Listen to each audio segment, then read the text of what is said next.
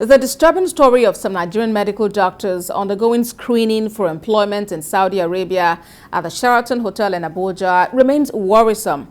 This latest action is coming at a time the Nigerian resident doctors are on strike and the rate of COVID-19 infections has been soaring.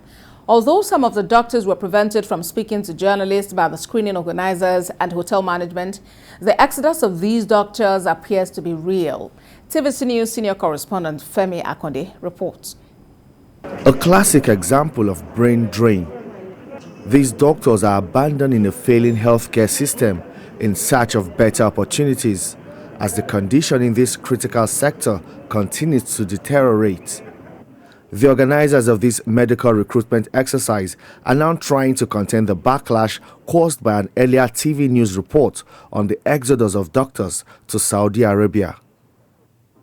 This time they have prevented us from openly filming the exercise that is seen as an embarrassment to the government at a time resident doctors are on strike and the fragile health system is still grappling with the crippling effect of the COVID-19 pandemic. What we are saying here is that the timing is wrong and that the numbers are not right for our country. So we'll be calling on the medical association. In fact, I had a discussion with the president yesterday, and we're also going to be talking to other experts to see how we resolve the impasse. It should not be something we do because we are on strike or we are angry. The latest World Health Organization ranking measuring overall health system performance for 191 countries puts Nigeria at 187, while Saudi Arabia, seeking to recruit more Nigerian doctors, is ranked at 26.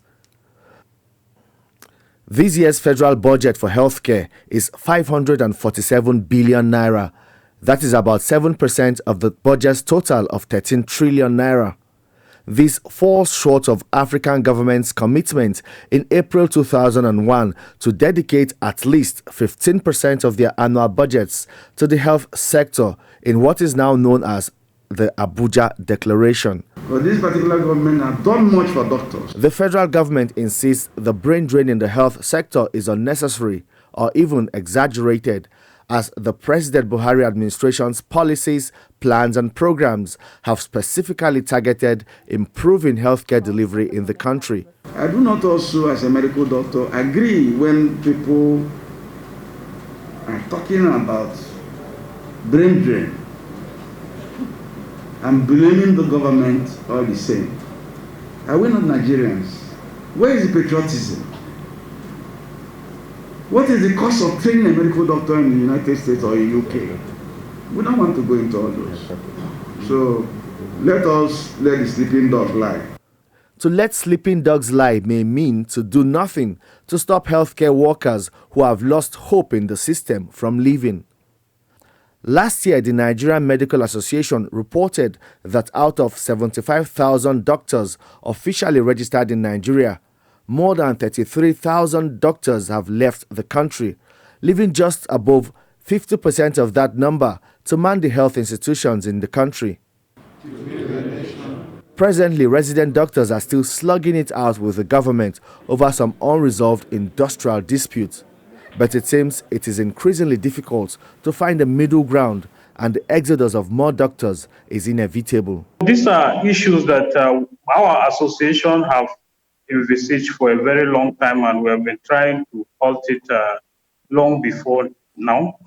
However, because of lack of cooperation from the government, people have decided that enough is enough, and they have opted to go to climes that they feel their welfare is better protected.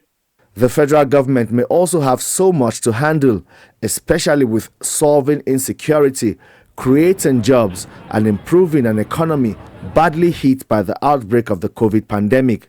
But it seems doctors have lost patience and they want out of a bad situation before it gets worse. Femi Akonde, TVC News, Abuja.